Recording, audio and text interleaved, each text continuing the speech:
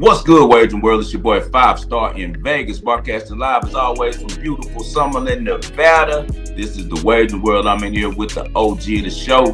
Been with me since day one, the only Sacramento Kings fan that I know. What's good, Spread Astaire? How are you this morning? What's up, man? I'm excited. I've been so busy doing other stuff. I finally did a show yesterday, and just sitting back and talking sports has been quite therapeutic. So I'm excited for our show today. Yeah, man, we've been off the set. I was supposed to get in here last week and we were supposed to review the Super Bowl, but man, just that 1 week was feeling so good. I couldn't come in, as you see. Cino still playing hooky, so we really enjoyed this time off, man, and give us a chance to kind of let our hair down, man, and do some of the things we want to do. It's a lot of time involved in betting sports, but we're so happy to be back in here with you on the Wagering World. Even though football season is finished, we still got a lot of basketball. We love college basketball. I did really well yesterday.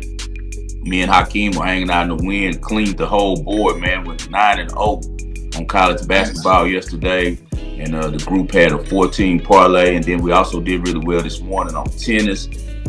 Great morning. I shout out to people and I told them it was worth a snatch, just to invest a little bit on betting Clara Towson against Sabalenka and also betting Yastrzemski against your girl Swiatek.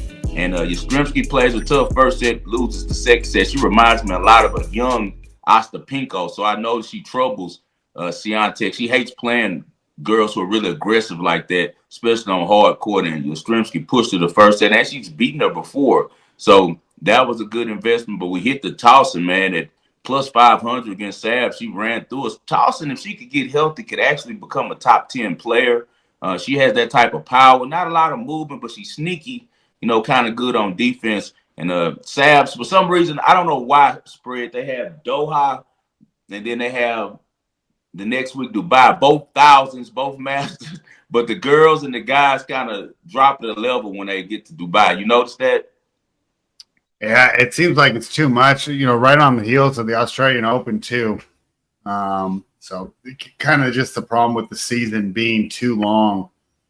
You can see that just like an NBA team, they kind of pick their spots sometimes. So certain people raise their level for the swing and other people just kind of treat it as a vacation. So Sabalenka probably chose vacation, right? Yeah, because you know what I think? I think Doha, they kind of push because no one's really hanging too much over in Abu Dhabi as much as when they go down to Dubai. You know what I mean? Like it's a bit more hanging. A lot of them very familiar there. Like, for instance, Pavlyuchova, she lives there a long time. She's been living in Dubai. So it's one of their favorites. And in their little 6-week off season, you'll see a lot of them vacation there.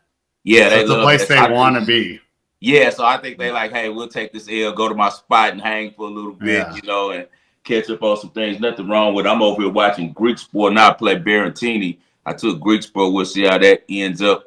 Like I said, lots to bet right now, Wagering World. So stay with us. We'll still be here on Wednesdays and Fridays. We'll try to get here 3 times a week as we get a little bit closer to March Madness and everything. But we cannot forget about reviewing the Super Bowl with you guys. Like, we're not going to duck that smoke. A lot of you guys in the chat were on the Eagles, and good job by you being able to catch that. Before we get into the past and talk about that, I just want to briefly talk about a lot of the hate that we were hearing on the Kendrick Lamar halftime show. I'm hearing a lot of people were tweeting out saying that rap was dumb and, this was silly, and a lot of ultra conservative people that just was dissing, that genre of music. And man, I just don't get it why some people think that it's still their time spread. Like, if you're 50 plus, and we'll get close to that, we're at 40. So I wanted to also, get out the way, but I've already chosen that path to raise a family, enjoy, pop culture, and just kind of let the kids do it like when we were kids. When you're 16 to 35 is when you kind of create what's going on in America. It's always been like that. But nowadays with science and with, the internet, with social media making people feel still young and stuff, where they act like kids on Facebook and things like that, people forget that even though you're like still looking good at 55 or 60 and you still have a great opinion, your opinion doesn't matter, man. It's about what the kids are on. And all the kids love Kendrick Lamar, man. I'm a huge fan of his. Listened to him a long time, kind of relate to him because, like myself, he's a kid that grew up in a really tough environment, but still was always a smart kid and tried to always stay positive, and the OGs looked out for him, and he did something great with his life. And for them to call rap stupid based on him only shows their stupidity, because how can you choose this guy of all to label rap as stupid when he has some of the most deepest, lyrics that you're going to find? I've talked about a lot of topics. Of course, he likes to have fun. My kids love his music. They played at the daycare, the clean version of Not Like Us and TV Off. And for some reason, the kids really enjoyed it. It's about having fun. And he brings that part too on some of his songs. But for the most part, all of Kendrick Lamar's career has been based on making really good music, quality music, sometimes above people's heads so much that he has to dumb down and do records like TV Off. So it's just weird that they choose him to say that this rap is dumb and horrible performance when this was one of the most complex performances we've seen, and one of the brightest young artists in the world, brightest minds in the world, not just inside hip hop. The man has 22 Grammys and is a Pulitzer Prize winner. Like, so that's a bad example to use. If you're going to say to talk about the Yin Yang twins, so don't say that Kendrick Lamar is stupid. You guys should have been mad maybe last year when they did the Snoop thing with Dr. Dre, because that's gangster rap. But Kendrick has always been like art at the highest level. Even at show, a lot of people don't know that it was a PlayStation controller that was the whole thing, and it was showing the game within the game. And people who come from that side of the track and comes from not having a lot of things in life and had to scratch their way up to get to what's the American dream, kind of understood what he was talking about. He was showing how no matter what you do, Uncle Sam, who was played by Samuel Jackson, always has a saying, you're being too ghetto. So he softens it down. He's like, yeah, that's more like it.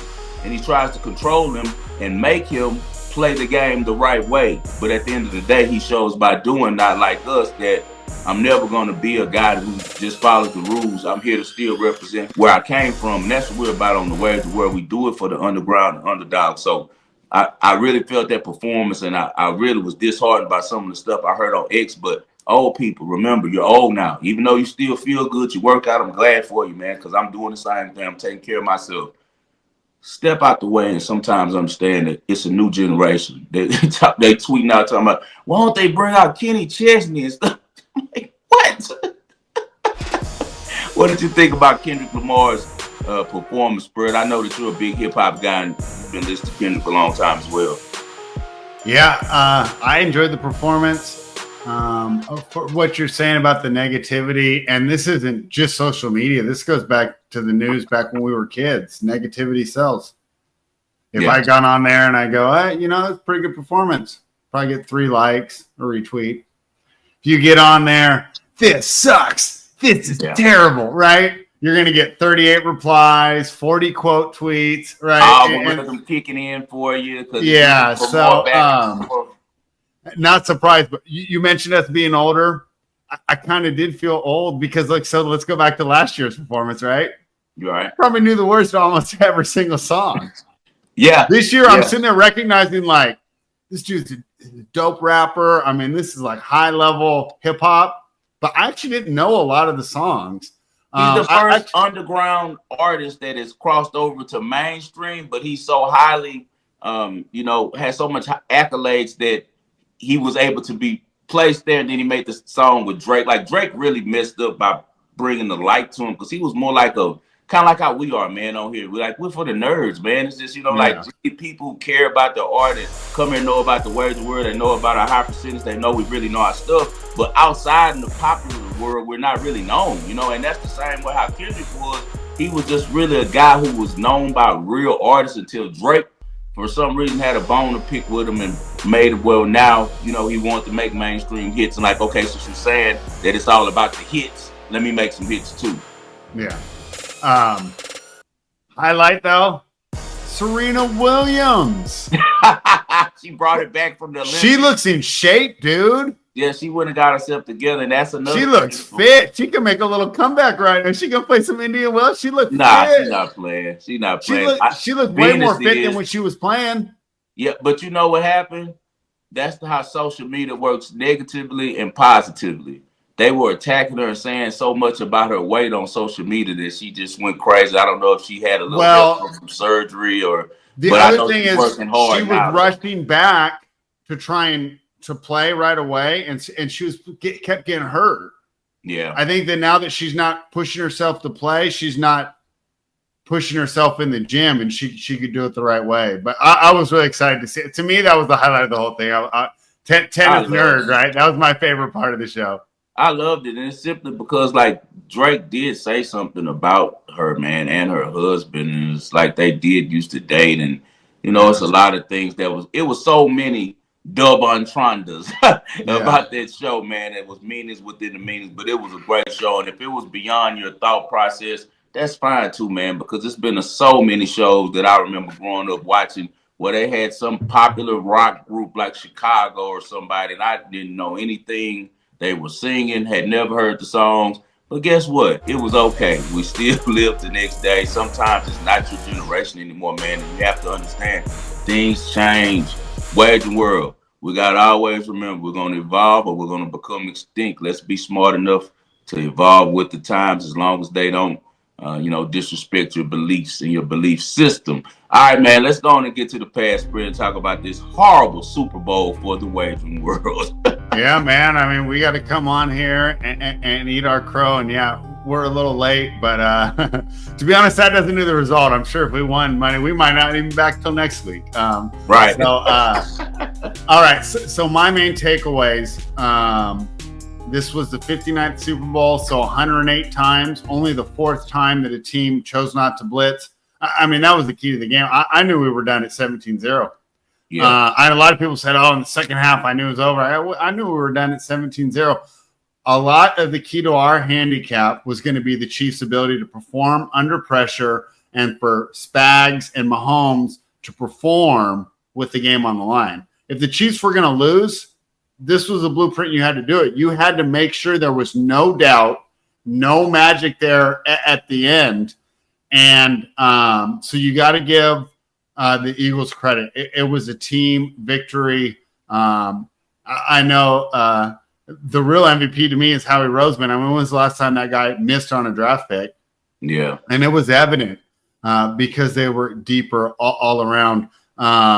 And I want to hear your thoughts, but then I want to dial back to the one thing I said just about their ability to get the pressure without blitzing, because I'm wondering how that's going to affect the NFL draft.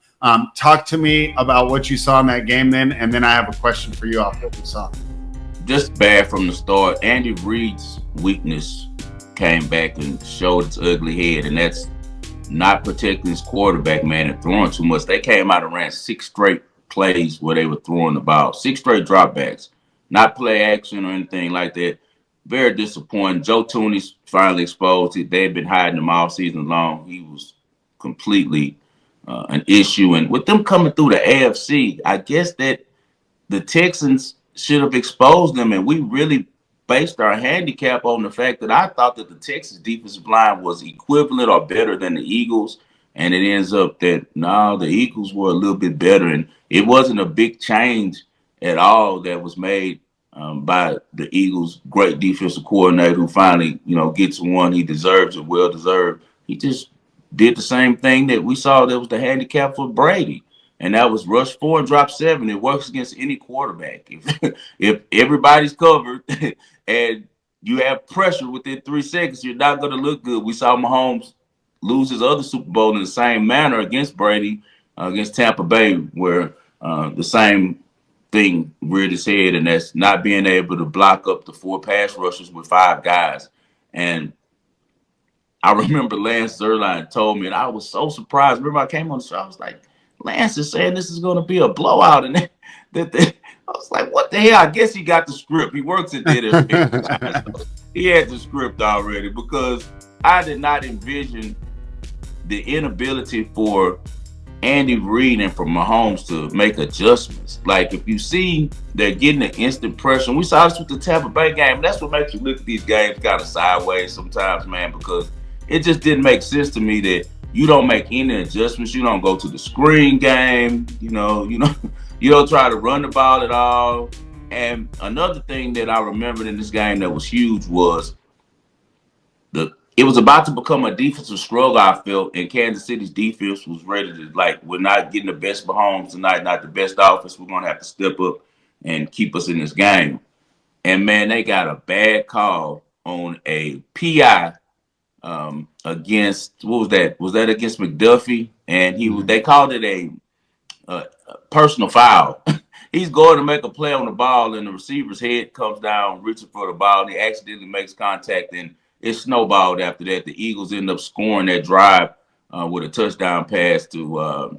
Well, no, it ended up being a touchdown pass to the goal line, but we ended up really getting lucky on that because Jalen Hurts scores a touchdown because they marked down the kid Jahan Dotson at the 1 yard line. So we were able to cash that one. We did really good on the props. But if I could do this game over again, spread, and it was pregame, and I didn't know what I know now, I would still bet it the same way. And I can always live with that. When I say bad beat, bad break, bad handicap, this was neither.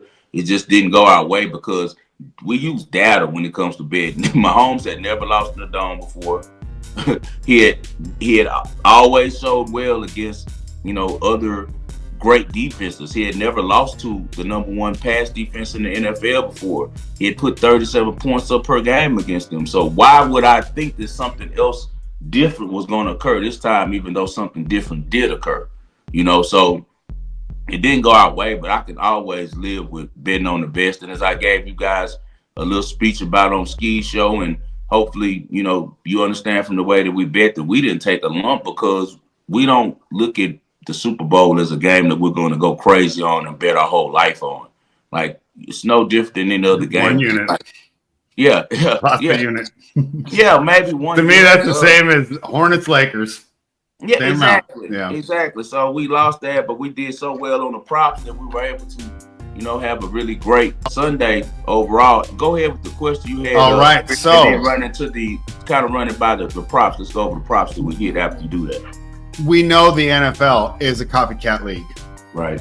So I'm sitting there, and I'm the GM of the Tennessee Titans. I got the #1 overall pick. You had asked me before the Super Bowl. I said, "Oh, they're taking Cam Ward, no question." Right. Do I look at this game and say, you know what, Cam Ward might be a great quarterback, might not? Abdul Carter, unless he gets hurt, I mean, this is like a Will Anderson level prospect, right? Yeah. To me, I mean, this is the best prospect I've seen since Will Anderson. I know it's only 2 years ago, right? But I mean, Yeah. I think it's a great comp just on the idea. I don't think this guy's going to miss. Yeah. Is there a chance now that Tennessee goes for just the sure thing at #1? I mean, that could change. That could change a lot of the dominoes. Don't forget Mike Green as well. Mike Green from Marshall is on the same level, just played on a smaller stage. So keep an eye on Mike Green. I think he's going to be an instant impact player, even though maybe it's because he wears the same number, but he kind of reminds me of Nick Petito from Denver. The kid I'm talking about, Yeah. Dick Benito, or however you pronounce his name. The number 15, they kind of play the same speed rushers that are very athletic and drop back in coverage, freak athletes. But as you said, Abdul Carter's different, man. Another guy, the number maybe is what it is. He just reminds you of Michael Parsons, in the tradition of Arrington. All three of those guys started as inside linebackers at Penn State, but had the skills to play on the outside and rush as well. So Abdul Carter has a definitely bright future. Tennessee's in a conundrum, and the reason why is behind the scenes, nobody wants to play with them. And we already know, like, this is the stuff that goes on that we don't see. We talk about the game within the game. Unless you've really done business before and, dealt with high stakes deals, you don't understand. There's a lot of stuff that goes on past what you see, on TV that's revealed through the legacy media to you. And behind the scenes, Tennessee's getting a lot of pushback, man, because nobody really wants to be a Titan or a Brown. Like, they talking about Shador's on PlayStation playing with the Browns. That's just a tactic to try to make it where the Raiders can move up and grab him or whatever, because he wants the prestige of going a little bit higher.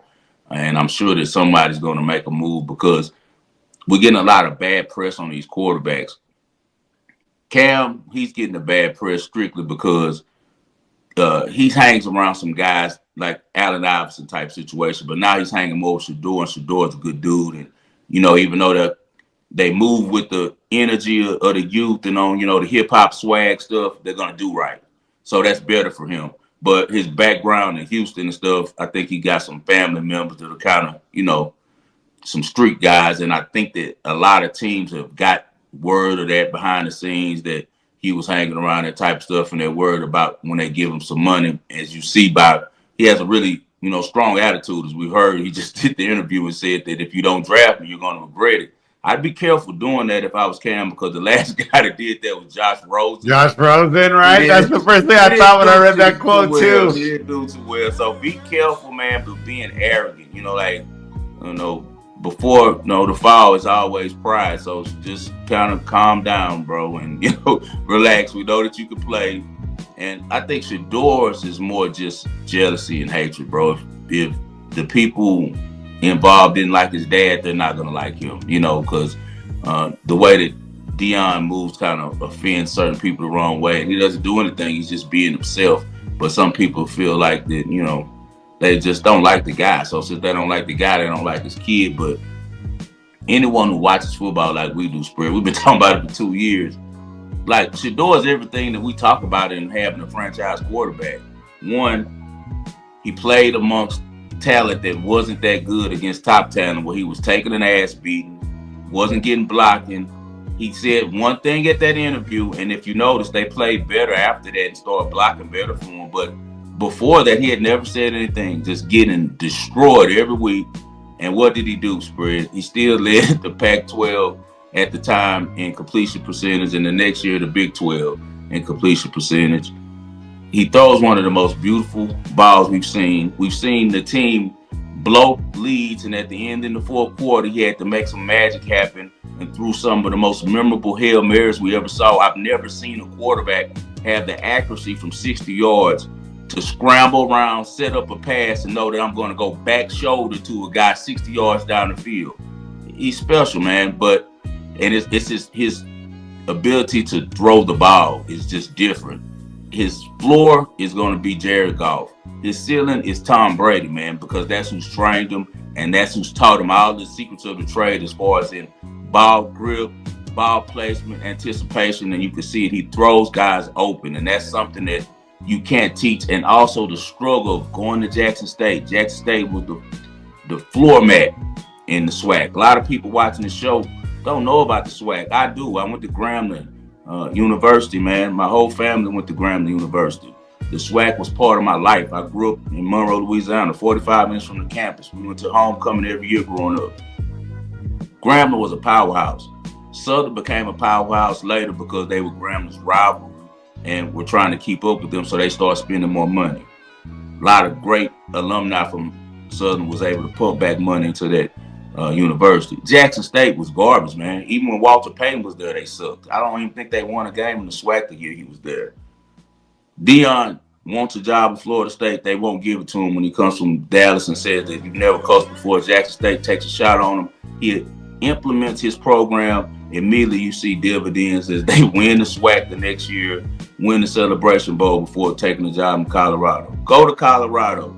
Colorado hasn't won any games. They're 1-11 the year before it gets there. They're predicted to win 2 games the following year by Vegas. They win 4 games, upset TCU in the first game, blow them out, and this TCU was coming out playing in the national championship game. Sooner or later, the talent catches up. This is his first year. Prime does not have his recruits in there. They can't block anybody, so they don't win a lot of big games. The next year, he gets a couple of his recruits in, a couple of his transfers in, and they leap from 4 wins to 8 wins, go to a major bowl game.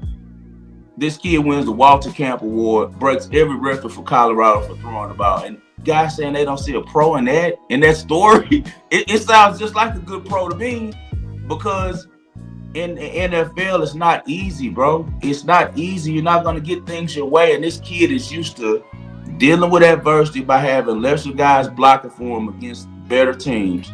He's used to having the discipline from his father. He has the DNA from his father. His father's told him how to be a pro. And then on top of that, he can text Tom Brady whenever he wants to. Like, the people who can't understand that this guy is a franchise quarterback just have hate in their heart because they don't like the kid. And now I got to look at you and say, why?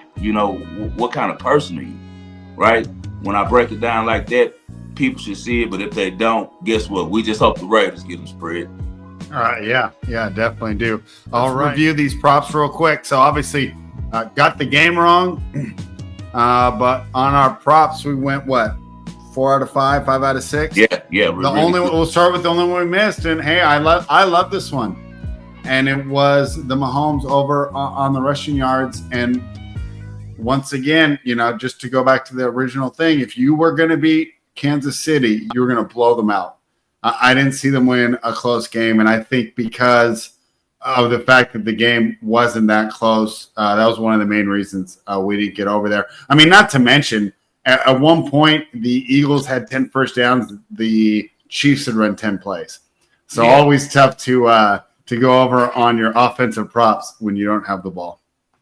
Yeah, we did good on the props, man. We cashed all types of prop Yeah, we'll anytime. go over the ones we did catch. Xavier Worthy, anytime touchdown. He ended up getting 2. Too bad Yeah. we didn't go in there for 2. That would have been plus 500. Jalen Hurts, anytime touchdown. Loved that one a lot. That was another cash. DeAndre Hopkins, over 1.5 receptions. Now, did I hear this? Tyler told me yesterday DeAndre Hopkins is retiring. Did you hear that?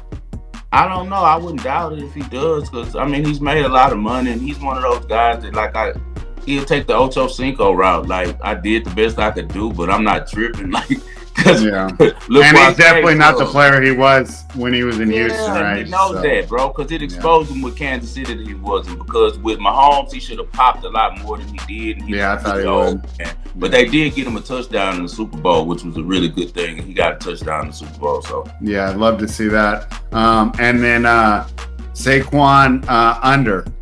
biggest on his bet of the rushing week. That was Yeah. my biggest bet. I now on that one I bet 5.5 units, man, and I went to 5 different shops because I could only bet 1 unit on it, and I went and grabbed it everywhere. That was the best bet. Spagnolia just doesn't give up 100 yards to running backs. They forgot everything else. Another thing we forgot to do is give props to Jalen Hurts. Let me go back and say real quick, shout out to Jalen Hurts. Shout out to his father, who's a coach in the Channelview area. Shout out to his mother, who's still a teacher. People saying, why does she work? Because they love kids and love giving back, man. That's why he works still. Jalen Hurts is a supremely good guy. Never forget the story that he had with getting benched as the starting quarterback in the national championship game to Tua. And he never cried. He never bitched about it. He was the ultimate teammate. Had to come back later the next year and win a game for them when Tua got hurt. Didn't cry, didn't bitch. Just was always a team first guy. And now he plays the second biggest game of his life. And in both games, he plays the 2 best games of his life. So shout out to Jalen Hurts. He deserves that trip to Disney World. Yeah, good to see him get credit, and I think it makes the league a little more fun. Let's move into the present, and you got some college basketball that you Before want. we do that spread, we got to stay in the past by one thing. What's that? What did you think about the All-Star, new way of doing the All-Star game? I didn't watch it. You didn't watch it? I didn't watch it at all. So here's my analogy for that. Let's just say every time I visit you, you take me to a club, and every time I go to that club, I don't have no fun. Right. After about the 5th time you ask me, I'm going to say, you know what? I understand you enjoy that club, but I don't like it. I'm staying home. And I felt the same way about the All-Star because I've been disappointed. I can't remember the last one I really enjoyed. Maybe the one where they did the Elam ending, where, it was the number of points, and when it was 157 to 155. That one was kind of fun, but I just haven't enjoyed it. So I'm just like, why am I going to do that? And I'm not going to get online. And we talked about the old people complaining. Yeah. I don't know. Maybe the kids like it, but I knew I wouldn't, and I didn't want to be negative about it. So I didn't watch. What did you see in that one? Oh, you did correct. Cause my son was in there. I was in there just sounding like the old grouchy man, and my son was just like, "Things change, Dad." Yeah. He's like, pretty much, be quiet. I'm watching the game, but I hated all of it. I more agree with Draymond Green than ever in my life because the rookies should not be playing on Sundays. We have to earn that right to do so. Now it's to the point where I came up with a theory. Okay, I figured out why the game went bad, but then I figured out why the guy did it. At first, I was kind of ticked with LeBron. That's why I deleted the tweets that I said at first, because what I'm saying is true. What I'm about to say is true, but I also understand why he did it. Okay, before when we had the league, we had Isaiah, we had Magic Johnson, we had Michael Jordan. They all understood, along with David Stern, the brain trust, that in order for the NBA to be popular, when we do the All-Star game, we have to put on a show for the people. So even though, yeah, all the games weren't competitive, um, these guys showed incredible skill in the game. You remember spreads, be crazy dunks, these unbelievable passes. But let the kids tell that the guys now are way more skilled. No, the guys now play like robots. They do the same moves a million times until they master it by just doing it over and over. But it's no artistic side to it. The guys back then, everyone had their own game. It was just art. So it looked really more pleasing on TV. Even if it was a blowout, if it was 300 points scored, everyone was giving their best for the fans because they wanted to entertain the fans because they understood the fans kept it going. LeBron got to the point where I think this is stupid. This isn't, they're going to judge me at the end of the day by my legacy and how many championships I get, not how many dunk contests I win. I'm not doing a dunk contest. Only thing can happen to me is bad. Because if I lose, everyone's going to talk about me. So he didn't do the dunk contest. He didn't carry on the tradition that was Dr. J to Jordan to Kobe, right? Okay, so maybe a Magic. But Magic still took part in the skills competition. Magic still And Magic couldn't really dunk either, right? no, he couldn't dunk, but he made sure I mean, during he the could game. dunk, but he didn't have hops, right? Look I at the mean, passes that he made during the All-Star weekend, though. Some of the greatest no, but I'm plays. just saying it's not like we're like, oh, Magic should have dunked. Yeah, exactly. We Nobody weren't thought even that. expecting him, right? Right, exactly. Yeah. We weren't expecting him. But we were expecting that out of LeBron. He doesn't come through. So he never takes the All-Star game seriously, right? Now Kobe dies. When Kobe was still in the league, Kobe was kind of pushing him to do right because he wants to keep up with Kobe because everyone looks up to Kobe. You see now I tell people all the time, real hoopers look at their feet. They wear Kobe's. None of them wear Jordans. They might wear Mm-hmm. Jordans when they take their girl to the movies, but when they're going to hoop, they're going to wear Kobe shoes, right? So they love Kobe because he was one of the guys who really dealt with the young players, taught them stuff, gave them the jewels. Kobe dies. Now it's LeBron's league completely because now Kobe's shadow isn't over the league at all. He doesn't give a damn about the All-Star game. Now, who are the other stars now, Spread? SGA, Jokic, Luka. They didn't grow up watching no damn All-Star game. They don't care about it either, right? So now none of the players care. And now it's almost to the point that LeBron really doesn't care and KD doesn't care. You know what I figured out why? Social media, Spread. Before Michael Jordan, Magic, and all those guys, Bird, they only dealt with the fans in the arenas when they went on the road. Here, they are supposed to boo you. You're playing a game. Now these guys turn on their phone and it's 2 million people telling them they suck, they're pedophiles, your ass, I hope your kids die, I hate your family. So do you think I want to go perform and entertain these assholes and make them happy? So LeBron has a grudge, KD has a grudge with the fans because of social media, and social media showing how a lot of these people really think about them. And that's what I think what's happened to the All-Star game. Yeah, I just don't think it's going to come back. And one of the issues I think was, when we were growing up, I remember when League Pass came out, but I was already an adult. We didn't have it when I was a kid. So you didn't get to see these guys. Right? They played on Saturday morning, maybe a Sunday game. And, for me, when they came to Sacramento, right, you try and get Celtics tickets, you want to see Bird. The Bulls, we had a little thing where we all split season tickets and we had a little draft. And Bulls were always the number one pick, right? You had to get number one to go see Jordan. And I think that has something to do with it too. But I don't think it's coming back, and they're saying, I haven't played for $1 million. I don't know if there's anything they can do to make this come back. So I think it's going to come back next year. And the reason why it was so embarrassing with the Kevin Hart shit that I think that's why he pulled out. I think when he found out you're going to have this guy talk while we're playing. Yeah, I think LeBron got ticked about that too. And now that's why I said I had to kind of pivot on going so hard on him because I had to see his point of view too.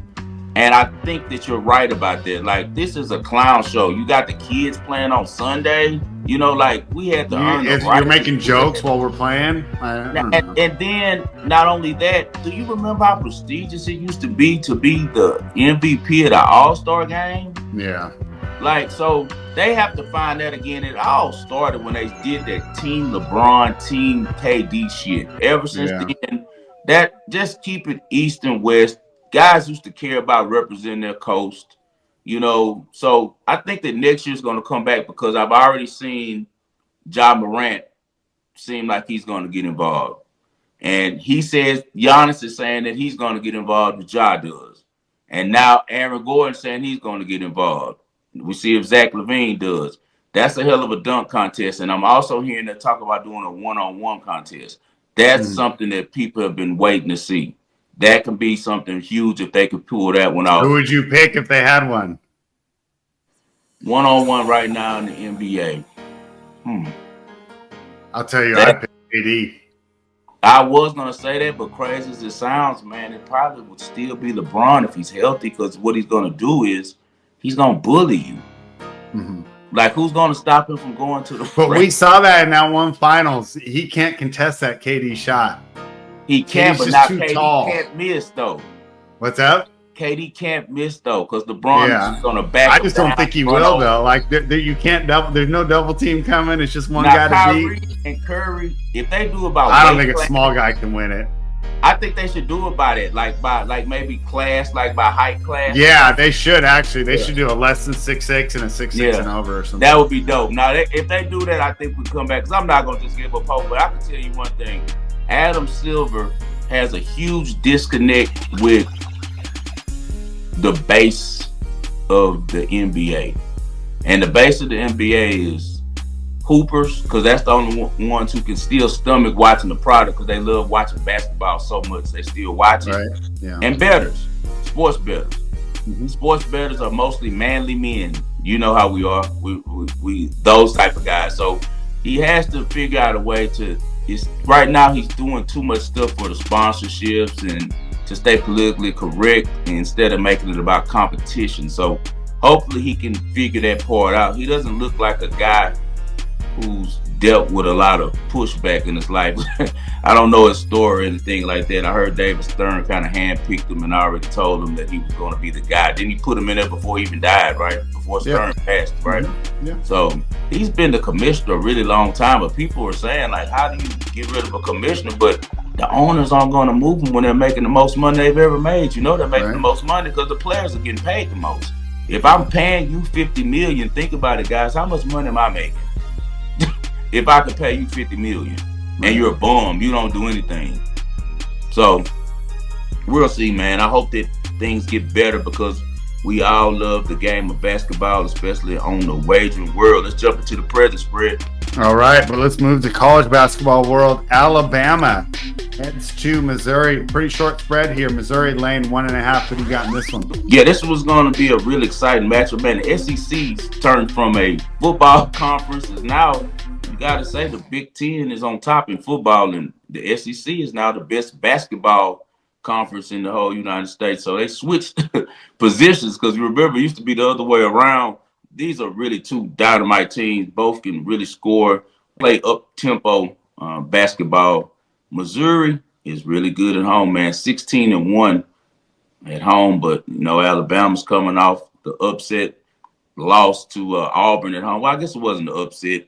Yeah, they were favored. So I took Auburn that game. I feel like Auburn is the better team. Felt like Alabama would struggle with their height, and they ended up doing so. But they're coming off only their fourth loss of the year. As I said, only one loss on the road this season in conference, man. And now they got to go to Missouri. But bro, I'm a big fan of Missouri. That one loss they had was against A&M. With that number saying that Missouri is laying points to a very public and popular Alabama team that puts up a lot of points. Missouri going 8-2 against the spread. And me really just liking Dennis Gates and where that Missouri team is going.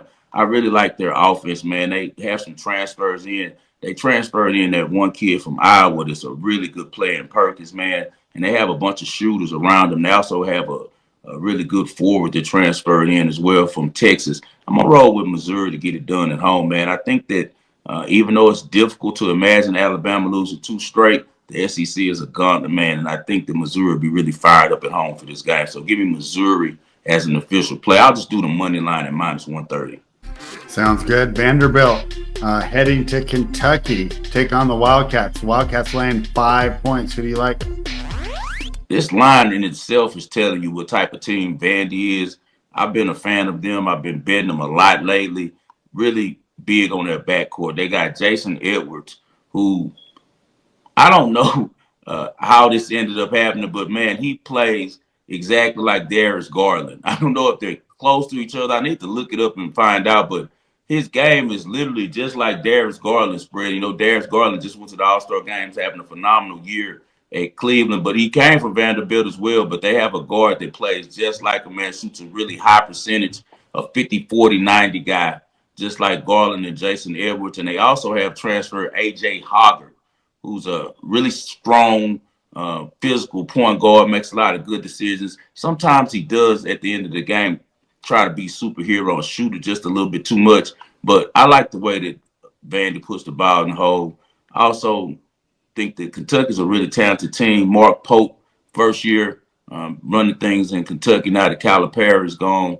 But I don't know if he's going to have his point guard back tonight who transferred in from San Diego State, because he's kind of the guy who makes things go for them. And Butler, oh, he's out. Yeah, Butler's out tonight. That's why the line is so low.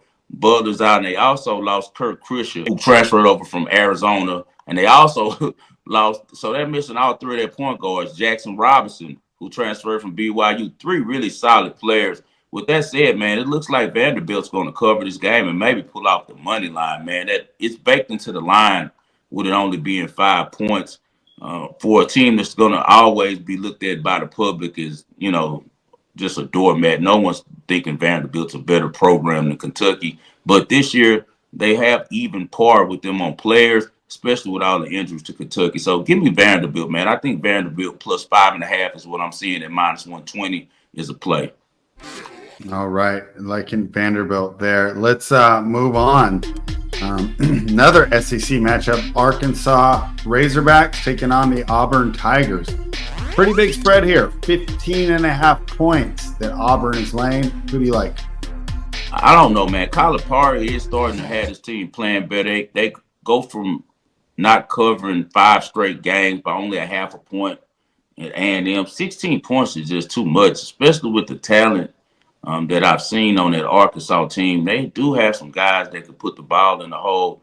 He has some transfers over there from Kentucky, including DJ Wagner over there with him. You know, his father played in the pros and everything. He was a big-time recruit. He also brought in Janelle Davis from Florida Atlantic, who was a really solid player for Florida Atlantic. He's been all right there. I think that he should have probably followed his coach to Michigan, like his center did.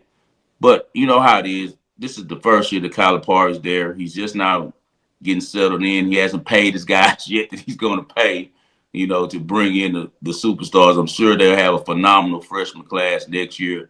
But he does have a guy that I really like in a Duke Therio. And he's a really tough player. And I think he keeps them within the number. I know Auburn's good, man. Really explosive team. If they get on you, kind of snowballs. But, man, 16 points just is a lot of points. So I lean Arkansas. I probably won't play it, but I'd play Arkansas plus 16 if I was going to play this one. Let's move to the National Basketball Association. Only one game tonight as the NBA returns from their All-Star break.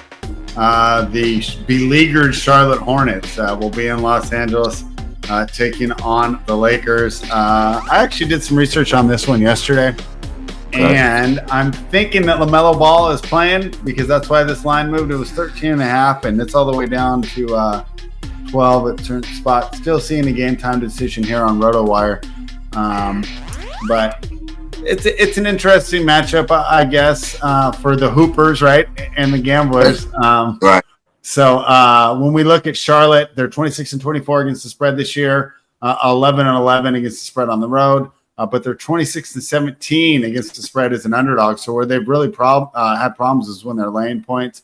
They've been catching between 12 and 15, right? Because they're not a very good team. They're in 14th place in their conference. They're 6-3 when they've caught between 12 and 15. The Lakers are 28-24 against the spread this year, 16-9 ATS against the spread at home. So Lakers fade them on the road, bet them at home. And they've laid between 12 and 15 twice. They covered in both those. So the Hornets cover when they catch a lot, and the Lakers cover when they're laying a lot here.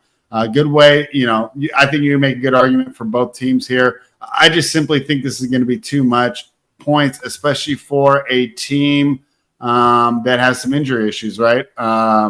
So when this game is decided, it might not be the starters that are deciding it for Los Angeles. Assuming they get out to a 20-point lead, Luka and LeBron are on the bench at the end. But if you're Charlotte, why am I taking out some of these young players, right? Like Nick Smith, Josh Green, Miles Bridges. Is it a Mark Williams revenge game after being denied the trade? They're saying he's personal. Is he playing? He's a game time decision as well. Okay. But my point is, I think Charlotte will give you the full 48. Lakers, you might only get 40. If you want to pin me down to a side here, I'm taking the points. What do you think? Only play for me on this game would be Lakers first half. The Hornets have been kind of bad at the beginning of the game. They were down by 20 to the Lakers last time they played in the first quarter. But also Lonzo Ball got hurt that game. I'm not betting sorry team. So I'd probably cut this game in half to go Lakers first half. And I agree with that too. One of the main reasons I like the points in the Charlotte handicap is just we already know Luka's working his way back from an injury. LeBron, there's no reason to keep them in. I wouldn't be surprised to see both those guys 32, 33 minutes. I would say under on their props, but there's a good chance that they both have huge statistical amounts even in less minutes. So yeah, that's why I'm not going there. Like I said, I don't love this game, but force me to take a side. I'll take Charlotte. Tomorrow night, the Los Angeles Clippers take on the Milwaukee Bucks. Your guy, Ty Lue, man, continues to work wonders. To me, he's still the most underrated coach in the league. I think that the Hoopers and the bettors, we properly rate him, but doesn't really get the respect that Popovich and Kerr do, and some of these other guys. I really like Ty Lue here. I'm trying to think. Do you have a number up for this one? Yeah, it's -1.5. So basically, just pick the winner here, huh? Yeah. So I haven't done a lot on this game yet. Tell me what you think. Just off the top of my dome, I like where the Clippers are going better than I like where the Bucks are going in this game, man. As you said, it is after the break, so I think that a lot of people come to play. I'd probably focus more on the props on this one than anything. I think I'd probably go with Dame Lillard to go over 25.5 points in this one. It'll be a game that probably goes down to the wire. They're going to have to rely on his scoring even to be competitive. So give me over on Dame Lillard on this one. Yeah, and just a couple of the numbers to go along with these teams. Clippers much better for us bettors this year. 31-22 against the spread. Where the Bucks, even though they're doing pretty good this year, only 24-29 against the spread. Bucks 13-13 against the spread at home. Only 17-21 as the favorite. While Los Angeles is 13-11 against the spread as an underdog. So. You know what? If I was catching more points, I'd be all over the Clippers here. If you really force me down to it, probably take the Clippers because I think if I ran numbers, I haven't done them yet, but I think they would spit out the Clippers. Not something I love, though, catching a rested Milwaukee team. Right. Last game we have. This is a fun one, right? The old guard versus the new guard, right? KD and the Suns head to San Antonio to take on the Spurs, and shows you what problems the Suns have had this year as they're in the play-in right around now. Spurs are actually laying 3 at home in this one. I'll have to pull up the injury report here real quick. Do you have an idea? Are we going to be missing some Suns here? Because this kind of says to me that we might be. Yeah, because I'm seeing 2.5 right now. They're saying Booker's day to day. They're saying that Beal's day to day, and they're saying that Grayson Allen is also day to day spread. Yeah, I'm seeing that too, and even newcomer Cody Martin is on this injury report. So maybe that's the reason San Antonio's laying 3 here. I'm gonna look up. You break it down real quick, and then I'll give you some of their against the spread numbers this year.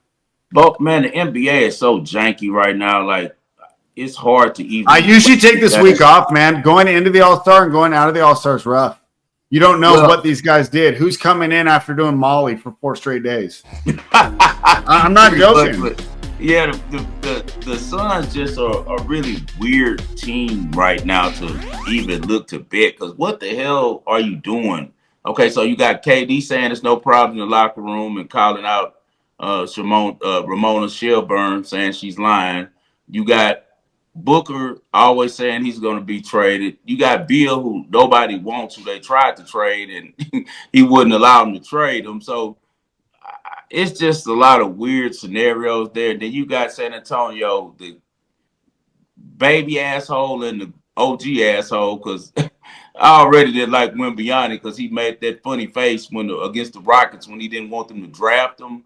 But now he goes out, him and Chris Paul, and try to cheat in a freaking contest. Like, come on, man. Like, you guys are that slimy. Like, Chris Paul wondering why he never won anything. And he's passing on these bad traits to Wimbiani. But with that said, I think that they're going to have their mind on trying to have a good performance at home. I'm going with the over, most likely, on this game. I don't think neither one of these teams is going to play much defense. First game back, as you said, San Antonio had went over on 5 straight games until the last game. Somehow they magically went under against Boston, but that's because Boston plays defense and held them to 103. I think that Phoenix has a whole bunch of mess going on in this locker room. So I think that this can definitely go over 230. Yeah, and one thing we know about Phoenix this year hasn't been good. If you're a Phoenix backer, 19-34 against the spread this year. Spurs.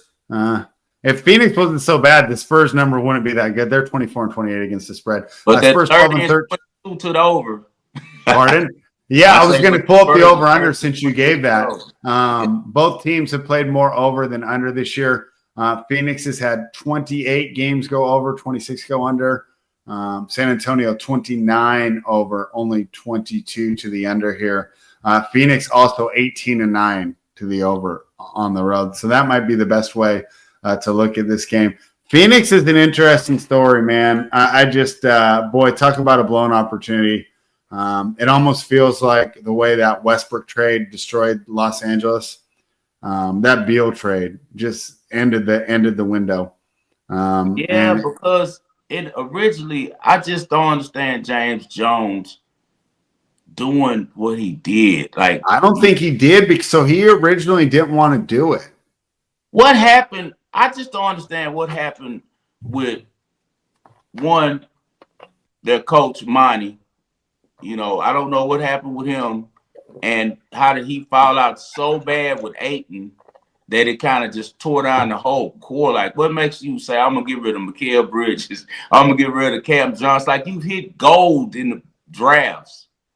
I just don't get it. And for a smart guy, why doesn't someone tell KD, hey, if you want to go to a team, stop making them trade everything you have to go there? Why don't you just wait to become a free agent? When is he just join him now? Because he's trying to get to Houston. I'm just saying, and both I don't times. want them to come mess up our team, bro. I don't want to give them jack. They can only have like the veterans, like Fred VanVleet, Aaron Holiday, Tate. They can have those guys. You cannot have any of our core guys. If they trade KD, it's a full-on rebuild. So they're going to want they can have what's his name? They're going to want all those picks because you guys got extra picks, don't you? Like Brooklyn picks. Yeah, they can get those picks. They can have Reed Shepard too. I still don't understand what the hell we were thinking about at 3 taking him. Yeah. So, all right. Yeah. But just so you guys know, as an experienced NBA bettor, if I wasn't doing content, I take the week between Christmas and New Year's off to wacky time. And I usually take the time going into the All-Star and definitely a little bit of time going in the All-Star off because, like I said, we don't know who's doubling down on their game in the gym, working on stuff, getting up early, 8 hours of sleep, and who was, doing drugs in Cabo. So, give them a little while to get everything out of their system. All right, let's move to the future 5-star. NFL draft is coming up, and I had texted you yesterday because I'm looking for some diamonds in the rough on these best ball drafts that are starting up. 2 rookie tight ends I really like are Tyler Warren and Harold Fannin. I mean, Tyler Warren might be a better prospect than Brock Bowers, and Harold Fannin has some good numbers too. Talk to me about what your outlook for these 2 young players is.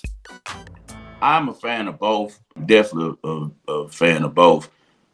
With the kid from Penn State, I do like his physicality. I want to see how his speed translates to the NFL. That's the next thing that I want to find out about him. Like, are you able to run past linebackers and safeties like you do in college? That's the main thing. I know that he can block, he can do a lot of things, he can throw the football and all that stuff. I really like this kid, Harold Fannin Jr. I bet a lot of MAC football, as you know, Spread. I've been watching this kid play since 2022. He's started since his very first year there. They used him as an H-back at first. Then after that, his sophomore year, he jumped to 44 receptions, 623 yards, 6 touchdowns. And then his junior year, he really delivered what was pretty historic for Yeah. tight ends as he broke a lot of records, multiple FBS records. He set single season receiving yards by a tight end. He finished with 1,555. He also finished with 117 receptions. Like, this kid was outstanding, man. You know, and that tied Devontae Smith's record. I just think that he's the one that whoever grabs him with the right quarterback, they're going to be pleasantly surprised that they ran into a Hall of Famer. And guess where the kid was born at, Spread? I don't know. Canton, Ohio. Oh wow, there we go. Played high school in Canton, Ohio. So he's one of those kids where it's kind of destined, man. 6'4", 230, has to run every bit of a 4.6. Unbelievable ball skills. Um, we've seen a lot of Tyler Warren. A lot of people haven't seen a lot of this guy. I really, really hope that somehow the Texans could get this kid. He would be phenomenal with us, with his ability to outrun. I have no words about him being able to get open. He's like Brock Bowers to me. He's a can't miss situation. Tyler Warren, I think that he's going to be good, but I haven't seen a lot of wiggle in his hips. And that's what troubles me about him. He's, to me, more of a straight line runner, where I think he's going to do good on seams and also yards after the catch, kind of more of a Kittle type, you know, and how's Kittle done? He's done really well. So he reminds me of a Kittle type. So very physical, strong after the catch, makes difficult catches, you know, fights for the ball. But Harold Fannin Jr. is one of those guys that's that kind of smooth route runner, creates great matchup problems for you in the pass game. So I personally lean more Harold Fannin Jr. All right, two young tight ends for you guys to look out for. And as this offseason continues, I'm going to keep throwing five-star couple players here and there, and so we can get his player evaluations here on the Wagering World. But let's go. Let's actually give out some picks. I'm going to just let you take this one on your own. But if you were to make a bet right now, the proverbial $100, I give you $100. You bet one team to win the NCAA Men's Basketball Championship. Who do you think has the best value if you were to place that bet today? The best value pick right now for the NCAAs would probably be, I'd say, Tennessee. Iowa State's also a good shot at 1,500, but not so much. So what I like about Tennessee is they lock you down and they can shoot the three. What I worry about is Rick Barnes, but they're at 20-1 right now, so you can get $2,000 off $100 with them. As far as the upper teams, I worry about my Cougars. They're at plus 850, but unfortunately, we cannot put the ball in the basket. Florida's going to be a tough out in the NCAAs, strictly because the greatness of Walter Clayton. A lot of people don't know, man. Rick Pitino is a wizard. He was at Iona. Pitino was at Iona, and when he was at Iona, bro, I knew about Walter Clayton and I knew about Nelly Jr. Joseph. I was like, these guys can really play. They ended up where he goes to St. John's, brings St. John's back with the help of getting the kid from Seton Hall to transfer to him to play point guard. But he sends Walter Clayton to Florida, back to where he's from. He's able to make his name for himself at Iona to get back to Florida. He was a top recruit in football. No one thought that he could play basketball good enough. But the kid is a supreme talent. He kind of reminds me of, what's my guy's name that plays for Orlando? Jalen Suggs? He kind of reminds me of Suggs. Yeah, he kind of reminds me of Suggs. A little bit better shooting ability, but that leadership qualities are definitely there. So Florida has a chance because of Walter Clayton. And Pitino has St. John's up here where they're one of the top contenders, and this was his second year over there, rebuilt that team. He said Nelly Jr. Joseph to his son in New Mexico, who has a really good team. I like that squad a lot. They got a kid Den over there, and the kid what was the other kid? True Washington. Both of those guys can put the ball in the basket. So watch for New Mexico for some upsets when you get into the NCAAs. Another team, they got Auburn up here, but I think the Duke is better than Auburn. Duke really has no flaws. If they play their game correctly, they can beat anyone in the country. Most talented team. It's all about whether Cooper Flag is able to finish things. What they make a mistake of, in my opinion, is they should use Cooper Flag when they're in close games at the end to facilitate and to get it to their shooters, because they got some knockdown shooters in Proctor, um, Nuke Nipel, however you say his name, Con Nipel, I think how you say his name, knockdown shooter, freshman, and they have another kid who comes off the bench. These guys are lights out. They've been the games that they've lost close have been because at the end they try to allow this kid to go one on one. You know, they try to blow him up and make him a star instead of just playing within a system. If they play within that system, no one can beat Duke. So Duke at plus 400 is probably the best bet. All right. If we were to do the same exercise in the NBA, there's two teams in the West that I'm targeting. Okay. I like the Denver Nuggets at plus 1,100. Jokic is still arguably the best player in the world. And if Michael Porter is going to continue his development, all they need is some good, scrappy role play. And with the West the way it is right now, I can see him getting out of there. And if there's one team that Boston would struggle to match up with, I think it's Denver, just because they have all that great perimeter defense, maybe a little vulnerable in the middle. The other one I'm looking at is Dallas at plus 4,400. The big problem with the Luka trade is the long-term aspect of it.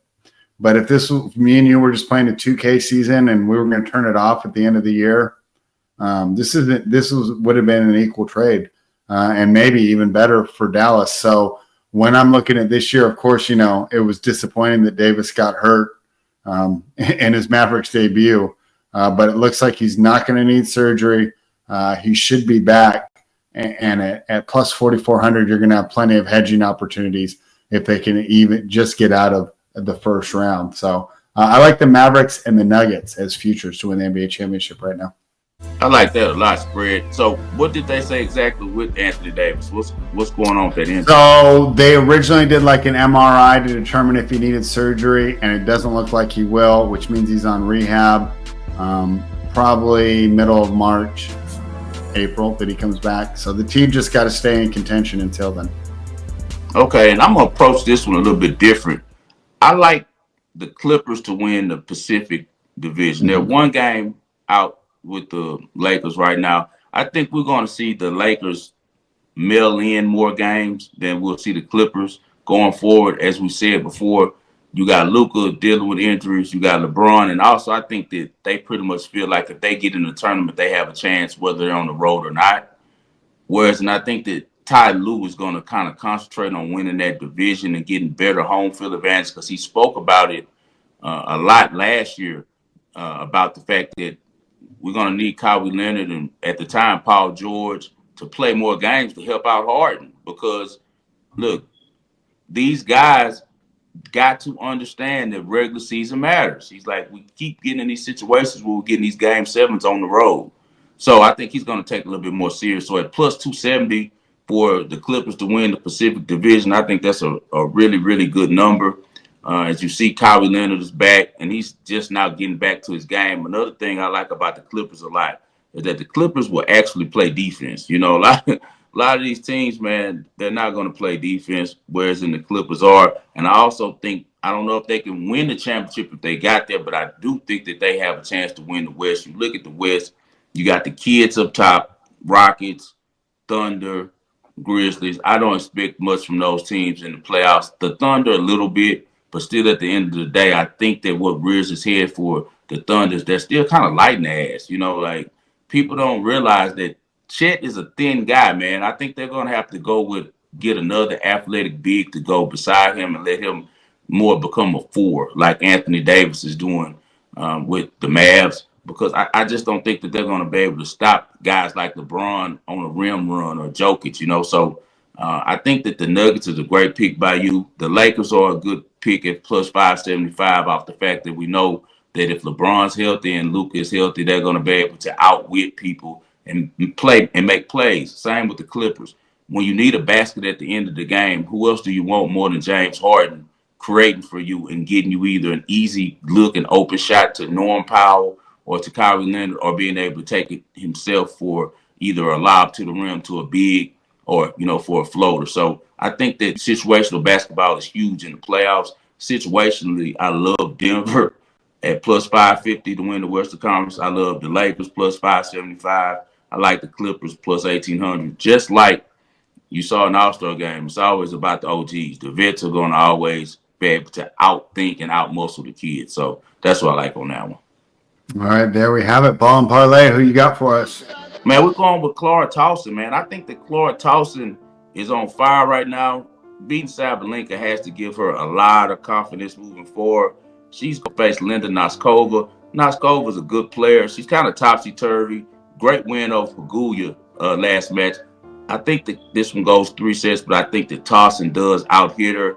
Towson is one of those kind of ladies that gets hot during the week and she can win any tournament. She just had some success against Noskova at the Australian Open, and I was able to take her and win. She came back from a set down. I think that Towson being able to kind of pile on to that early experience will be able to push her through. And also, as I said, her being successful against Sabalenka. So give me Clara Towson at plus 120. And also, I'm going to roll with the Missouri Tigers tonight. I think that they get it done at home. And I think that they pound Alabama in that game. And I think that Gates and those guys show everyone that Missouri is a really good team this year. All right, we talked about it earlier. I said you got to be wary of sides this time of year in the NBA. Let's play that total. Suns, Spurs, over.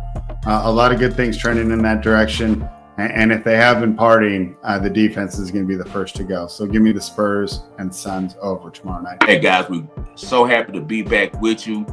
End of the day, we give out sports betting and we give out plays, and that's kind of our lane, but also we like to talk about other things, and we always love to chop it up with you and the Wagering World. You guys hit that like if you're happy to be back in the Wagering World, rocking with us. Tell your friends, tell your family about it. Get everyone to subscribe. The channel is growing and we appreciate it. Anything for the people spread before we get out of here? Man, good to be back talking some sports. Always good to talk some sports. As always, guys, I dedicate this show to the greatest Houston sports fan I know, and that's my father, John H. Lindsay. Sino will hopefully be back on Friday if we can find him. Hey, put out the APB. Yeah, we put out. I know where the APB at in Fontainebleau. Hey, man, for Spread Astaire, I'm 5-star in Vegas. It's always us versus the machine, guys. Feel free to reach out to DM me anytime. I'm always there to help you on any of your betting questions and betting needs. We're always available for you to sign up for different packages as well. Go to www.thewageringworld.com now and subscribe to get some free plays, and also check out the merchandise. This is the Wagering World.